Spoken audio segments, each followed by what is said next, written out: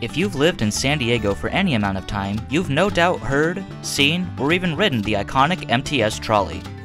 First opening in July of 1981, these handsome red devils have been ferrying commuters all across San Diego for well over 40 years. Today, the system spans as far east as El Cajon and Santee and as far north as UTC near La Jolla. It was the southernmost line, however, that started it all. The original South Line, spanning from downtown San Diego to the Mexican border at San Ysidro. At one point, it was hard to imagine such a system existing in little old San Diego, but it was thanks to a vision, a hurricane, and a whole lot of hard work and dedication that the modern trolley ultimately came to fruition. Trolleys weren't new to San Diego, not by any stretch of the imagination. From the 1890s up until the late 1940s, the San Diego Electric Railway, owned and operated by John D. Spreckles, spanned all across San Diego, with lines from downtown to North Park, Pacific Beach, La Jolla, and National City. By 1949, the last of these lines had been taken out of service, paved over, and replaced with bus services, a fate that befell countless cities across America during this time. Throughout the later half of the 20th century, American cities began to come around to public transit once again, with a number of new light rail systems springing up across North America. The first seeds of San Diego's modern trolley were planted by California State Senator and transit advocate Jim Mills. Really, you have to say that SB 101, Senator Mills's SB 101, which came into existence on January 1st, 1976, is the pivotal moment. I think the credit for the idea has to go to Senator Mills and the legislation that created MTDB. Aware of new medium capacity and low-cost urban rail transit lines spreading throughout northern European cities since the post-war period, Mills foresaw the utility for such lines in San Diego. While the county's comprehensive planning organization and the city's bus system ridiculed Mills, the county engineering department took up his cause. Assistant County Engineer Rudy Massman directed a study that showed the European concept could be applied to San Diego, and he outlined changes to state law necessary that could make it possible. Director of Senate Research Art Bauer, working closely with Mills, transformed Massman's notes into Senate Bill 101, which became state law on January 1, 1976. This would eventually lead to the creation of the Metropolitan Transit Development Board, or MTDB, with the express intent of determining whether or not a new form of light rail transportation would be viable in San Diego. Was designed to come into existence and determine, number one, whether rail transit was feasible or not, and if it was not feasible, it was to be disbanded.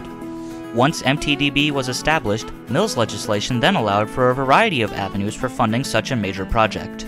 Within the metropolitan area, we had all the transportation funding, federal and state authority. That gave us power, gave our board the power, and that led to us being able to get some state gas tax monies that could be diverted for guideway transit purposes. It led to us getting some transportation sales tax, and what we needed at the time, if you go back to when we came up with the idea for a light rail transit project, it was an $86 million budget. For a variety of reasons, the MTDB ultimately elected not to pursue federal funding of any kind for the project, with the majority of the budget coming from state or local means instead. And so we cobbled together sources of money. Importantly, we did not go after federal money. All of the other cities in the United States, regions that were going after rail transit money, were trying to do it with federal. And we saw how complicated that process was. Bob Nelson had been hired to become the general manager. But the first thing that Nelson recommended once he got on board at the first board meeting was that we will not use any federal money, we will not use any federal guidelines. and that was stunning. Denver had been doing everything the feds wanted, and then just about the time Bob Nelson came on board, the feds announced that they disapproved Denver. Denver, after going through 10 years of rigorous federal planning studies, was being denied the grant. So Nelson told the board, he said, San Diego has no chance of getting any federal money. With an alternative, non-federal means of funding secured, priorities quickly shifted to finding and establishing a suitable route for this new system, which ended up proving more difficult than initially imagined. So we need to have something called the Guideway Planning Project, the GPP, where we will determine the a set of corridors where the likelihood would be strongest, and then we'll narrow down from there something more specific to build. The primary issue that I remember as chief planner was this idea that all the congestion in San Diego is north of downtown. I-5, I-15 was just coming into being. I-8 was really the busiest corridor, well, 5 and 8. And they didn't realize, most people, most of our influence community, they didn't realize how much traffic is on Interstate 5 south of 5. San Diego Transit's busiest bus route at the time was the one that went from downtown to the border through National City and Chula Vista and all that. So there were a lot of transportation planning reasons and urban planning reasons that started to build up for going south. Having the railroad in that corridor, basically a direct connection, was also pretty important. Guideway Planning Project, the idea there was to select about 30 to 40 miles of corridor and then somewhere in that 30 or 40 miles, a 20-mile line would be built. Basically, as time went on, the corridor remained, but from San Diego, the whole corridor remained from University of California at San Diego down to the international border. But within that territory, the 20-mile line kept slipping farther and farther south. Eventually, it was decided to purchase and convert part of the San Diego and Arizona Eastern Railroad's main line between downtown and San Ysidro for trolley service. A subsidiary of the Southern Pacific, the SD and AE had been faced with the litany of issues since the railroad's inception in the early 1900s. From civil wars to generational floods, tunnel fires, landslides, and more often than not, the line was an operational headache for the Southern Pacific. Further emboldened by damage sustained during Hurricane Kathleen in the mid-1970s, the company began looking towards the Interstate Commerce Commission to file for abandonment. Complete abandonment of the railroad would have made things much harder for MTDB. As a result, the board made a push to purchase the railroad outright from SP. SD&E wanted to abandon, it had to get ICC approval. This is one of the last cases where such approval was required. And the community opposed it, and Bob Nelson opposed SD&E abandonment as well. The idea being if the SD&E had to keep running the line to the east, it would be really, really eager to sell its property. But if they were allowed to abandon, it would be much harder to get hold of their line, or it would be more likely it would be a lot more expensive to get hold of it. Nelson figured the cost that we should offer to buy it would be $18.1 million. At the same time, other problems began to arise. In addition to the SD and AE line to the border, MTDB intended on running a loop of track through the heart of downtown San Diego. This idea, among others, came under heavy scrutiny amongst local politicians within the San Diego City Council, namely regarding MTDB's intent to build trackage down 9th and Broadway, and the risk to the profitability of local bus services that the trolley may pose. The City Council had convened with MTDB to vote on approval for the project. The outcome would ultimately determine the future of the trolley. A go, no-go decision made in the course of the project, and that was the City Council's allowing us to use a city street for purposes of rail transit and to give us exclusive use of a certain piece of that right-of-way. There were other decisions, getting some of the state money and all that, but I think City Council really held the cards. We had 2 meetings. The first meeting, and both of them were about 8 hours long. I remember them well. And it was rounds of questions back and forth. In the first meeting, the vote went against us. It appeared that the project was dead, but there are 3 issues. When we went back and looked through the wreckage of the meeting, there are 3 issues that needed to be addressed. One of them was the opposition said there's no way we could get hold of the railroad for $18.1 million. So our goal was to get hold of the railroad for $18.1 million. The problem there was that, as I mentioned, the strategy was if we oppose abandonment, if the ICC does disallow abandonment, then our leverage for buying the railroad is lessened, or we'd have to pay a lot more money. The SP said it was worth $45 million. The problem was, though, that the ICC wasn't going to make its decision one way or the other for another year or so, and the SP wasn't interested in talking to MTDB in that time. So that problem was solved, in a sense, by Maureen O'Connor. She's a member of the board.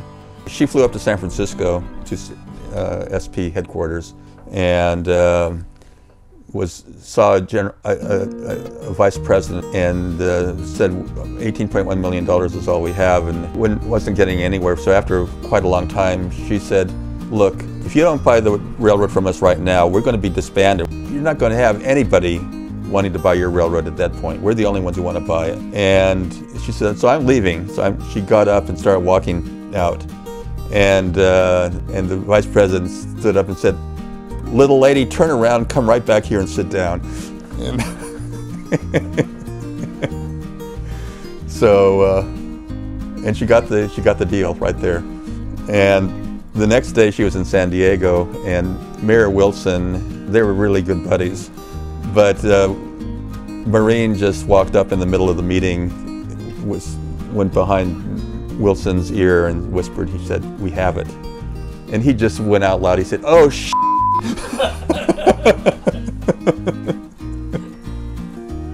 The second issue was that building a light rail line would rob the region from so much money that the bus system would be decimated. So a solution to the problem was to show that we could double the amount of bus service operated in regions, build a light rail line with no new taxes over a 15-year period. And then the third was that it was illegal to borrow off of an anticipated tax flow of money. So the idea of bonding the SCA 15 money was not valid. So the solution to that was get mills to work and make it legal. So basically all three of those things happened. With the route thoroughly planned, the right-of-way purchased, and the plan approved by the City Council, construction of the trolley could finally begin. With the right-of-way already existing and the old SD and AE tracks still in place, work began to upgrade the existing trackage while also putting up the wires for a new all-electric fleet of rolling stock from Siemens Mobility. This ended up posing a unique set of challenges, as the right-of-way still needed to be capable of handling freight traffic from the new San Diego and Imperial Valley Railroad. They designed the railroad so that freight service and passenger service could occur concurrently. But the operation plan, first of all, the physical design was a main line with 3 sidings, or sections of double track is the way it was put, actually. Originally they were to be spring switches, but later on they changed them into some sort of electrical switch that was triggered by a car advancing along the line, called poor man's CTC. Then either 2 or 3 drill tracks. A drill track is where you put a siding off of the line where a freight train can go into that siding and be completely out of the way, and it would have a number of industries switched off of that siding. That's called a drill track. So there were 2 or 3 of those that were proposed and built, so that basically you can maintain a 15-minute headway with the electric trains. Those remaining 15-minute slots were sufficient, along with the drill tracks where they were located, to maintain freight service in the same slot that a passenger train would have gone through. With work still ongoing, attention was turned to a very serious matter of business: the color of the trolley, which had been kept under wraps to the public for several months up to this point. It was secret until somebody went to Germany and reported on it. It was to be secret. We were supposed to have an opening ceremony and unveil the color at that opening ceremony. And it was that probably was one of the tougher parts of my career, is trying to keep it secret, because our marketing was, we had to develop a marketing plan, and the color was so important. And so now the secret's out. It was red. It was a basic color, all red. And so it was really tough, and it wasn't quite, my job wasn't quite on the line, but it was almost on the line if the secret got out. Fortunately, it wasn't. It was betrayed by somebody who went to Germany and went to the plant and took some pictures and all that. But I mean, it was like I was a spy going to some foreign country and showing a secret, and that's how I got through it. After hundreds upon hundreds of hours of hard work, construction and upgrades to the right-of-way were completed, and on July 26, 1981, the San Diego Trolley opened to the public to much fanfare. Almost immediately, the trolley became a popular attraction among commuters ferrying thousands between downtown and the Mexican border. As with anything new, however, there were still some early operational hiccups. And obviously, the operating plan requires you to figure out when you are going to pass, because otherwise you got trains that are stopped along the way, not at a station, but waiting for the clearance to get through. And I think within the first couple of weeks, the first operating timetable, which only lasted a week or two. And what we found out, each individual operator had a different way of operating. It's just like operating a gas pedal in a car. Sometimes they're a little heavier than other people, and maybe you don't accelerate as fast. And so our planned operating speed didn't turn out to be realistic and to fit in with those passing sidings. Evidently, it became clear that the single-track method with passing sidings wasn't working as intended. As a result, the decision was made rather quickly to convert the entire line to double track. Well, we had done the engineering and planning, so it was done when we opened up in July of 1981. Our next project was to open up double tracking, and I can't remember exactly all the dates, but it was in process, and we went seeking money. And my recollection is a little foggy. I know it came from the state, it didn't come from federal, but because we owned the right-of-way, it was essentially a track construction project. And it was, as I recall, it was another 2 years away. Once the major kinks were worked out, ridership steadily began to climb. The Tijuana Trolley, as it was called then, became a popular route among commuters and tourists alike. With these gains in ridership, the MTDB quickly began plans for expansion and set their sights eastward towards El Cajon and beyond. The first part of going to El Cajon was opening a part of the East Line to Euclid Avenue. I recall, like 4.5 miles of line.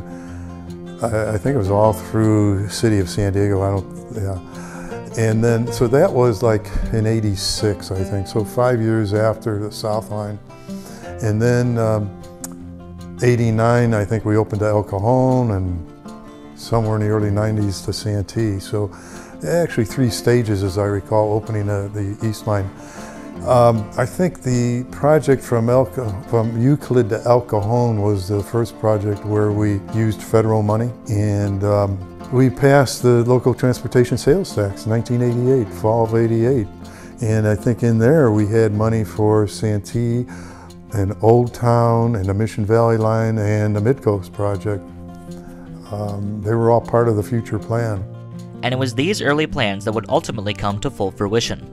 After the El Cajon line opened in 1986, an extension to Santee was completed in 1995. The following year, in 1996, the trolley system was expanded to Old Town. 10 years later, a second eastbound line opened up, connecting the system to San Diego State University. During this time, the MTDB underwent a slight rebrand, becoming the Metropolitan Transit System, or MTS, that we all know today. The most recent expansion was completed in November of 2021, with the opening of the Mid-Coast Corridor, connecting Old Town and UC San Diego. The San Diego Trolley was one of the earliest and biggest public transit success stories in North America. Today, it continues to see tremendous growth. In 2023, the trolley saw the highest ridership out of any light rail system in the United States, with a whopping 34 million riders. As the system continues to grow and expand, it is important to remember that none of this would have been possible without the advocacy from people like Senator Mills and the hard work of the original members of the Metropolitan Transit Development Board that made this system a reality. We had a window of time, and we took advantage of it, and you can look back on it in retrospect, and it was a window of time. I mean, politically, it just came together. Party politics didn't get involved much, not like today. The money was just enough, the railroad opportunity, everything just came into play.